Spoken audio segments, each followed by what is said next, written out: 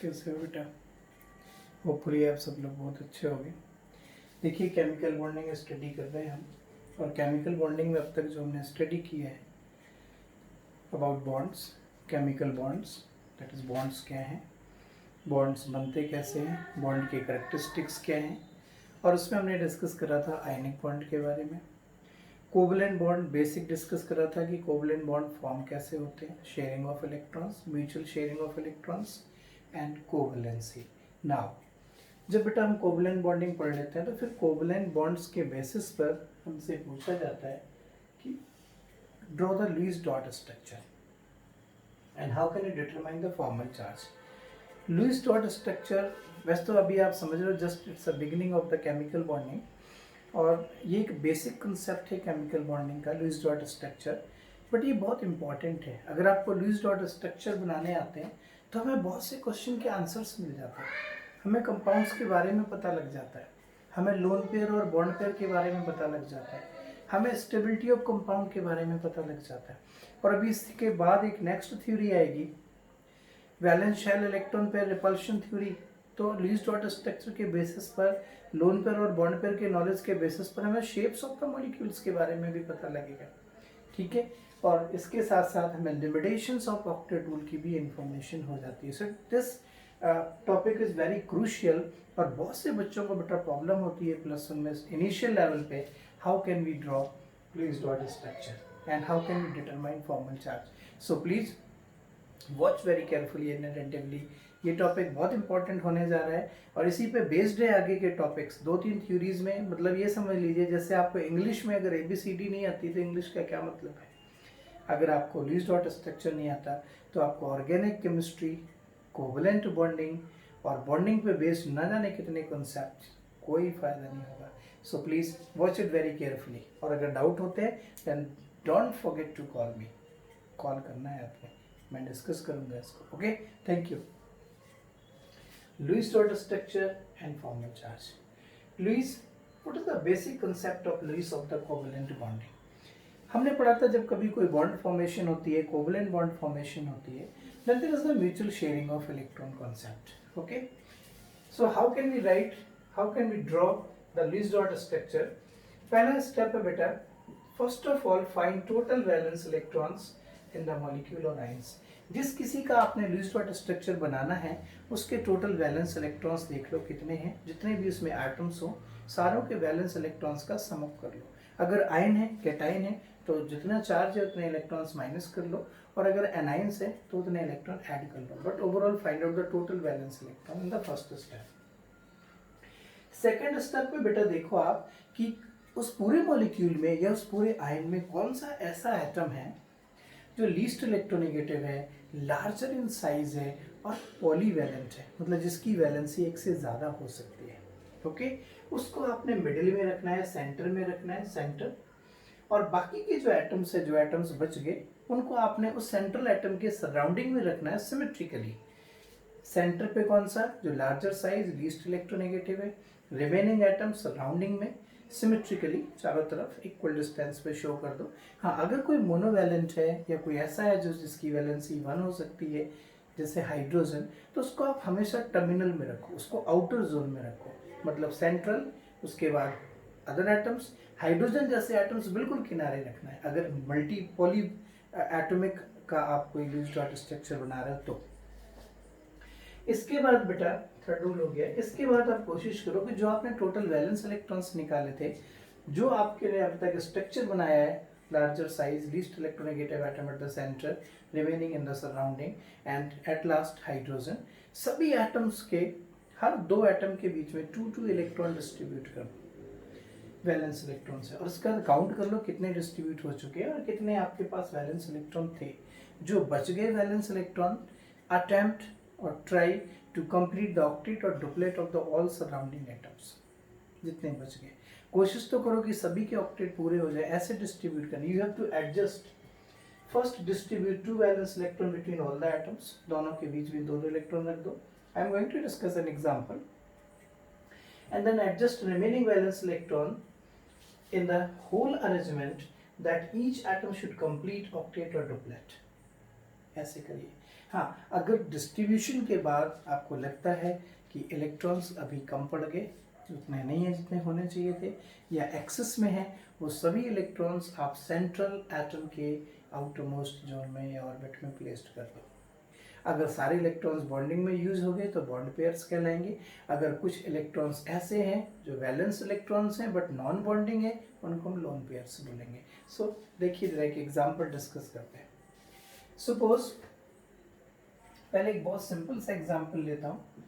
मैंने कहा draw Lewis dot structure of CH4 ammonia water.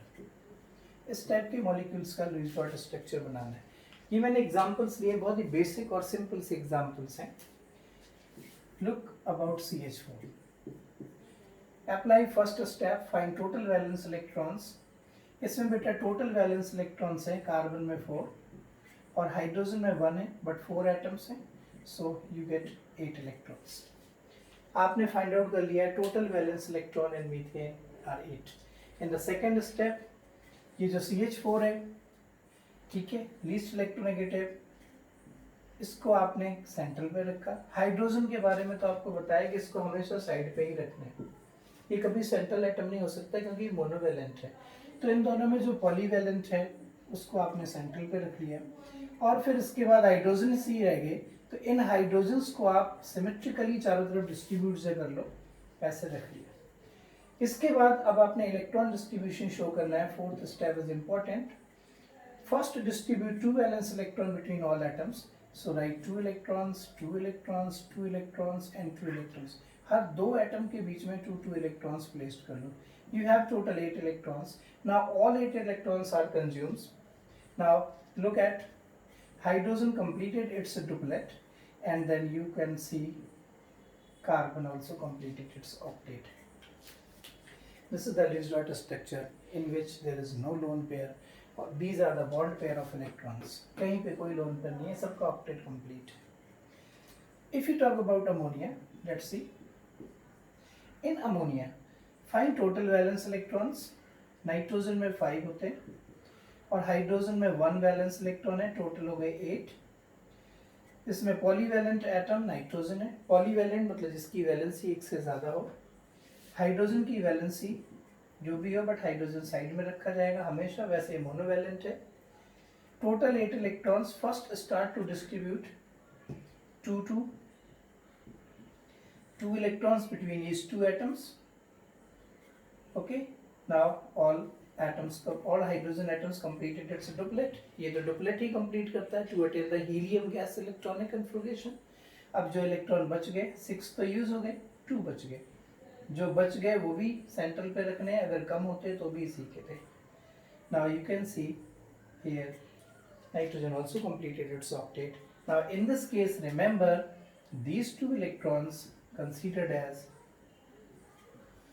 lone pair of electrons on nitrogen atom, and these are the shared pair of electrons.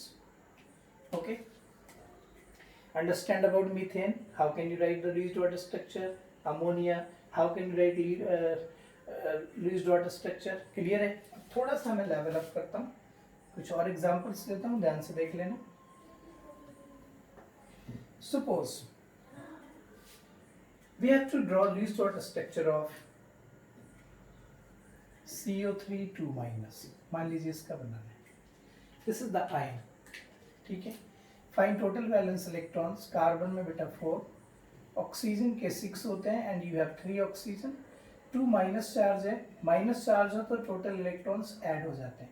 So when you add up कितने हो गए? These are the 24 electrons, ठीक है। Total valence electrons 24। पहला step complete. Second step, least electronegative atom placed at the center between carbon and oxygen. Carbon is least electronegative. Oxygen distributed in the surrounding in the symmetrical manner. ठीक है, ऐसे distribute कर लो। Now according to the rule, hydrogen तो यहाँ पे है ही नहीं, और 2 इलेक्ट्रॉन्स पहले पुट कर लो आप सभी में, 2 इलेक्ट्रॉन पुट कर दिए।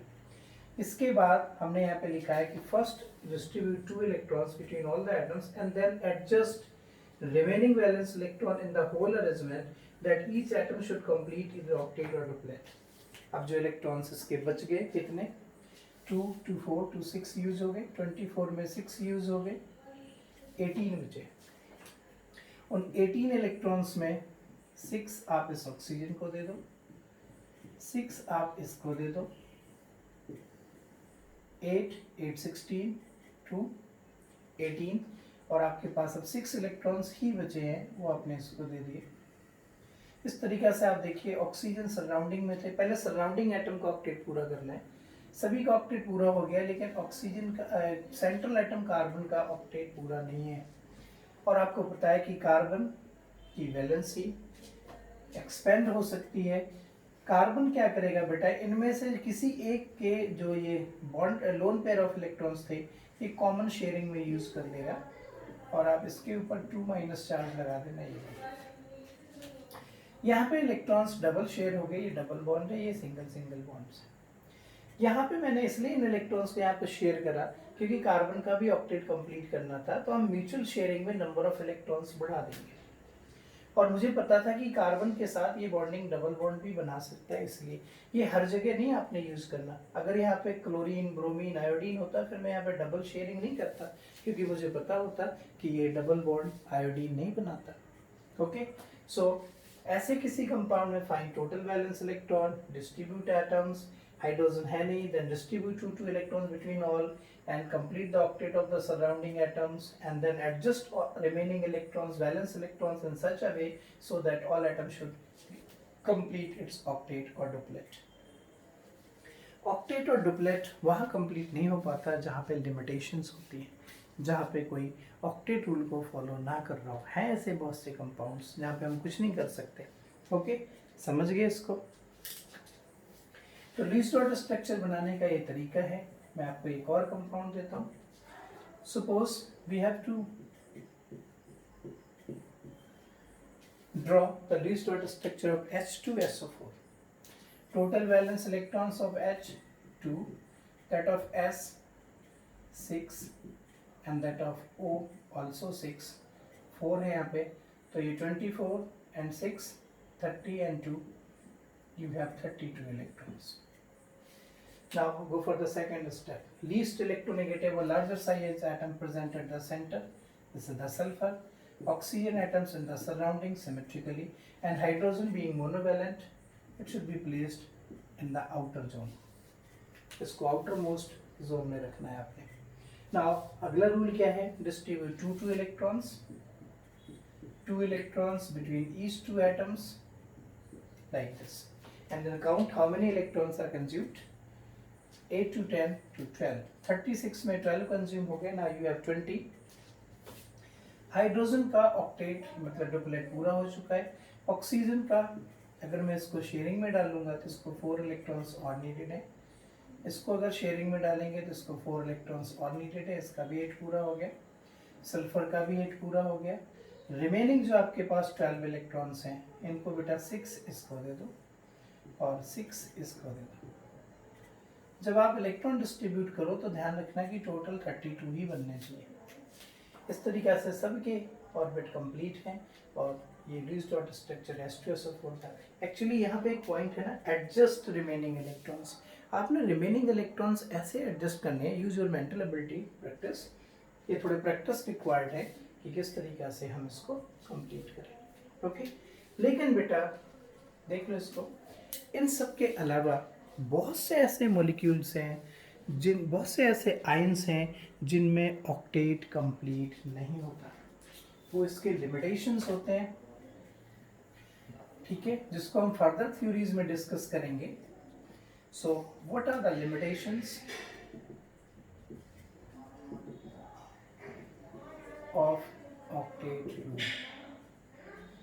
बेटा नाम से ही पता लग रहा है, limitations of octet rule means those species, molecules, ions or compounds which do not follow the octet rule, that means not completed 8 electrons in their outermost orbit. अगर outermost orbit में 8 electrons complete नहीं है तो हम उन्हें limitations of octet rule कह देते हैं। हालांकि ये फाइनल बॉन्डिंग का कोई रूल नहीं है, आगे जब हम फर्दर स्टडी करते हैं तो ये बॉन्डिंग कंसेप्ट गलत हो जाता है, क्योंकि एक्सपेंडेड ऑक्टेट जब हम ऑर्बिटल के बेसिस में पढ़ेंगे तो ये सब गलत है। बट फिर भी what are the limitations of octet rule? First one, compounds of hydrogen. बेटा हाइड्रोजन के जितने भी कंपाउंड्स हैं in which hydrogen completed their doublet, not octet. जितने भी आप कंपाउंड्स लिखोगे, जैसे अभी आपने H2O लिखा तो इसमें हाइड्रोजन का थोड़े ना ऑक्टेट पूरा हो रहा है। अमोनिया लिखा तो इसमें हाइड्रोजन का ऑक्टेट पूरा नहीं हो रहा, वैसे सेंट्रल एटम का ऑक्टेट पूरा है, ध्यान रखना, ठीक है। Second one, some electron deficient compounds are there in which central atom is a short from the octet, BF3, BeCl2, BH3, AlCl3, etc. These are some molecules in which central atom has short from the octet. जिनका central atom में short होता है octet, उसको ही limitation में डालना चाहिए। BF3 इसके बारे में देखिए, बोरोन के वैलेंस इलेक्ट्रॉन 3 है, फ्लोरीन के valence electron 7 into 3, total 24 electrons. Now if you want to distribute these electrons in all molecule, boron is the least electronegative, put at the center, and fluorine in the surrounding. Now according to these rules, start distribute 2 electrons between all two atoms. Now complete the octet of the surrounding atoms. 8 electrons were used. 8 electrons are used. And 8 electrons are used. All atoms completed their 8 electrons, but boron have short from the 8 because ये 24 consume हो गए। और boron के साथ fluorine कभी multiple bond नहीं बनाता, नहीं तो मैं इसके इलेक्ट्रॉन यहाँ शेयर कर लेता। ये प्रैक्टिस से पता लगेगा। तो यहाँ जितने भी मैंने स्पीशीज लिख रखे हैं ये सब ऑक्टेट रूल के लिमिटेशंस हैं। इन सभी में लेस देन 8 इलेक्ट्रॉन्स हैं in the central atom. जब सेंट्रल एटम में 8 इलेक्ट्रॉन से कम हो तो हम उसे limitations of the octet rule कहते हैं, ठीक है। लेकिन बेटा कुछ मॉलिक्यूल्स ऐसे भी हैं जब आप उनके लुईस डॉट स्ट्रक्चर बनाते हो तो सेंट्रल एटम के पास 8 से ज्यादा इलेक्ट्रॉन भी हो सकते हैं। एक्सपेंडेड ऑक्टेट और हाइपरवैलेंट और super octet molecules. Super octet molecules ये बेटा ऐसे मॉलिक्यूल्स हैं कि जिनके आउटर मोस्ट में अगर आप लुईस डॉट स्ट्रक्चर बनाओगे तो इनका जो सेंट्रल एटम होगा, इनके सेंट्रल एटम में 8 से ज़्यादा इलेक्ट्रॉन्स होते हैं। तो जिस किसी के भी सेंट्रल एटम में 8 से ज़्यादा इलेक्ट्रॉन्स होंगे उनको आप एक्सपेंडेड ऑक्टेट, हाइपरवैलेंट और सुपर ऑक्टेट मॉलिक्यूल बोलते हैं। For example PCl5, SF6, IF7, ये आपके सामने कुछ ऐसे मॉलिक्यूल्स हैं कि अगर आप इनका लुईस डॉट स्ट्रक्चर बनाओगे तो सेंट्रल एटम के पास 8 से ज़्यादा इलेक्ट्रॉन्स होंगे। For example PCl5, total valence electrons phosphorus में 5 है, क्लोरीन में बेटा 7 होते हैं और 5 एटम्स हैं, सो 35 + 5, ठीक है, there are the 40 electrons. Obviously P should be at the center, remaining atoms in the surrounding. Phosphorus is the least electronegative among these according to the rules, ठीक है। Now distribute 2 electrons, 2 इलेक्ट्रॉन सभी के बीच में distribute कर दिए। हर 2 atom के बीच में 2 इलेक्ट्रॉन्स डालने हैं, 10 इलेक्ट्रॉन्स तो ऐसे ही आ गए, ठीक है। नाउ कंप्लीट देयर ऑक्टेट, 8, इसका भी ऑक्टेट कंप्लीट करिए, 8, इसका भी ऑक्टेट कंप्लीट करिए, 8, इसका भी ऑक्टेट कंप्लीट करिए, 8, और इसका भी ऑक्टेट कंप्लीट कर दोगे तो 8, 8, 8. All 40 electrons are used, but if we talk about the phosphorus, there are 10 electrons in the outermost of the phosphorus. इसमें फास्फोरस के आउटर मोस्ट में 10 इलेक्ट्रॉन है, सल्फर का बनाएंगे तो 12 इलेक्ट्रॉन्स होंगे, आयोडीन का बनाएंगे तो 14 इलेक्ट्रॉन्स बनेंगे। जो नॉर्मल रूल्स है उनके मुताबिक इन सभी के पास एक्सपेंडेड ऑक्टेट है और हाइपर वैलेंट है और सुपर ऑक्टेट मॉलिक्यूल्स है। बेटा इन मॉलिक्यूल्स को बाद में एक एडवांस थ्योरी के थ्रू एक्सप्लेन करा गया। I will discuss in the separate video. It is only for competition. Sidgwick and Sugden linkage theory. These can be explained by this theory. Electron deficient molecules also explained by some special type of bonding, somewhat back bonding. This is only for IIT JEE Mains Advanced KBPY. So we'll discuss later. Back bonding, 2 electron 3 centered bonds. इनको इस तरीका से आप समझा सकते हो, मतलब ये जो आप लिमिटेशन पढ़ रहे हो ये टेम्परेरी है, बाद में सब एक्सप्लेन हो जाएंगे। इसके अलावा बेटा compounds of inert gases. Inert gases के कंपाउंड्स तो ऑलरेडी लिमिटेशंस ही होंगे, क्यों? क्योंकि इनर्ट गैसेस में जो सेंट्रल एटम इनर्ट गैस होगा उसको तो पहले ही 8 इलेक्ट्रॉन पूरे होंगे, तो जिसके ऑलरेडी 8 इलेक्ट्रॉन पूरे हों फिर भी वो कंपाउंड फॉर्मेशन करेगा तो शेयरिंग में उसके 8 से ज़्यादा इलेक्ट्रॉन्स तो होंगे ही होंगे। So some compounds of inert gas like XeF2, XeF4, XeF6, XeO2, XeO3, XeO4, ये कुछ बेटा कंपाउंड्स हैं जीनॉन के। इनमें से सभी में जीनॉन के आउटर मोस्ट में 8 से ज़्यादा इलेक्ट्रॉन्स हैं, तो ये भी लिमिटेशन ऑफ ऑक्टेट रूल है, ये भी लिमिटेशन ऑफ ऑक्टेट रूल है, ठीक है।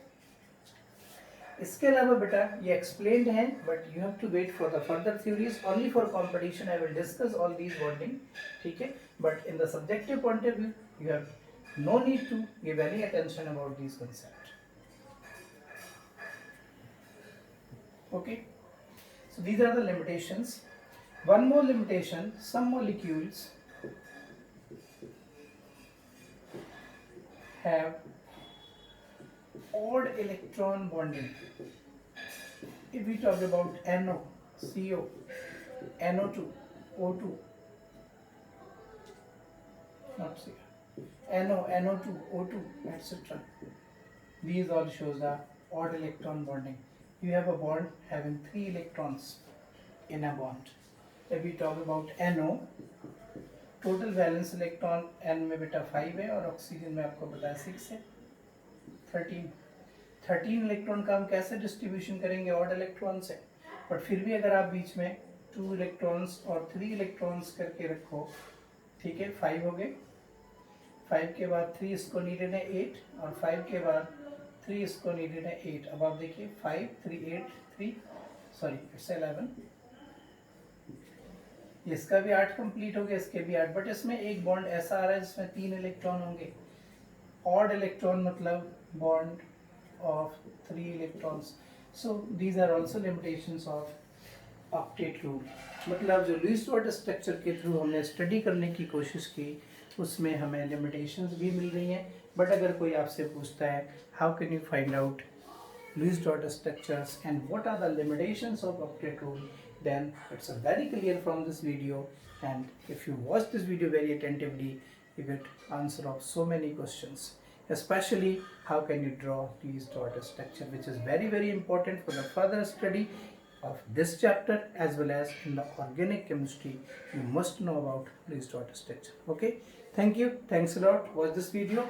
इसके बाद मैं आपको फिर नेक्स्ट वीडियो सेंड करूँगा, तब तक आप इसको देख करके सेल्फ नोट्स बनाइए and do more and more practice to find out Lewis dot structure. Okay, thank you, thanks a lot.